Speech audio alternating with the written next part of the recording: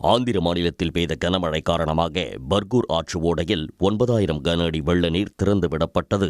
கிராமங்களில் வெள்ள நீர் புகுந்து விடாமல் தடுக்க உப்புத்தூர் கால்வாய் வழியாக தண்ணீரை திருப்பி விட்டதால் தாழ்வான கிராமங்கள் வெள்ளத்தில் இருந்து தப்பின. மறுபுறம் பிரார்த்தனை மண்டபத்தில் 20 பேர் சிக்கிக் கொண்டதாக தகவல் கிடைத்தவுடன் போலீசார் வருவாய்த்துறையினருடன் இணைந்து ஓடை வழியாக 20 பேரை மீட்டு பாதுகாப்பான பகுதிக்கு அழைத்துச் சென்றனர்.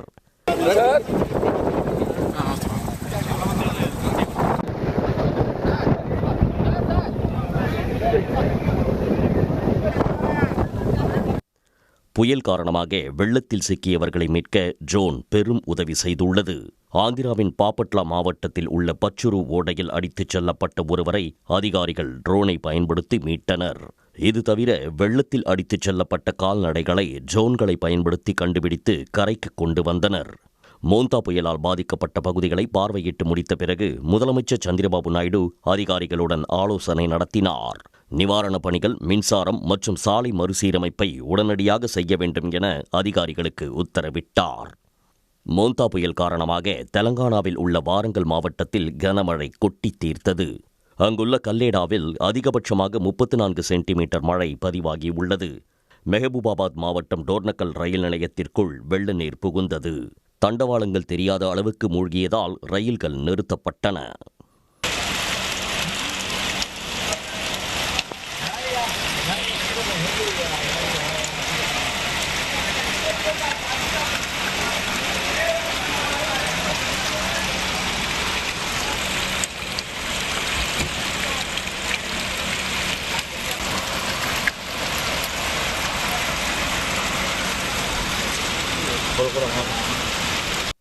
இதேபோன்று ஹன்மகொண்டா பேருந்து நிலையத்திற்குள் வெள்ளம் புகுந்தது.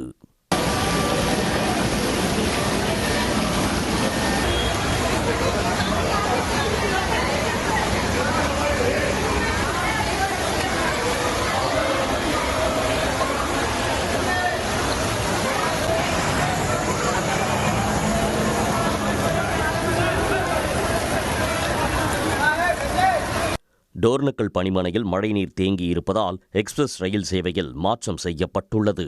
அதன்படி கோவையில் இருந்து ஜார்க்கண்ட் மாநிலம் தன்பாத் செல்லும் சிறப்பு ரயில் இன்று முதல் மோதிமாரி, ராய்ப்பூர், நாக்பூர் வழியாக இயக்கப்படும் என தெரிவிக்கப்பட்டுள்ளது. சென்னை சென்ட்ரலில் இருந்து ஸ்ரீமாதா வைஷ்ணோ தேவி கத்ரா செல்லும் எக்ஸ்பிரஸ் ரயில் இன்று முதல் ராஜ்பூர், நாக்பூர் வழியாக இயக்கப்படும் என்றும் அறிவிக்கப்பட்டுள்ளது.